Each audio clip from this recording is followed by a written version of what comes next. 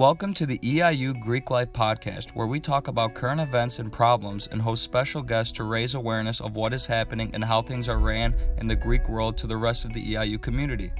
Today's episode, The Work That Goes Unnoticed, will be focused on how fraternities function internally. No one appreciates and praises the few individuals that put in hard work and dedication all year to make the events we enjoy possible. And that's what this week's episode of the EIU Greek Life Podcast aims to do. I caught up with the current president of Sigma Chi, Cody Carlson, right before one of his executive meetings to hear his point of view on what goes on behind the scenes of the fraternity.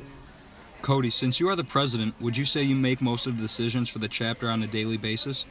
Absolutely not. The chapter is ran by an executive board, which is made up of the top 7 positions. Everyone knows their roles and knows what they have to do for us to be successful. I pretty much am the voice of the executive board to the rest of the chapter and communicate with the director of Greek Life, Dean Hardwood. Everyone else fills in the rest. How often does the executive board meet? Our exec meets for an hour and twice a week, once for midweek during the week and once on Sunday before chapter. How does each individual member contribute to the house that goes unnoticed? Things that come to mind are members playing in intramurals, getting good grades, and just being a good brother. These are all things that are simple that don't take a lot of work, but we need people to do them to be a good fraternity and a top house. How much work does it actually take to run a fraternity successfully? It takes a lot of work.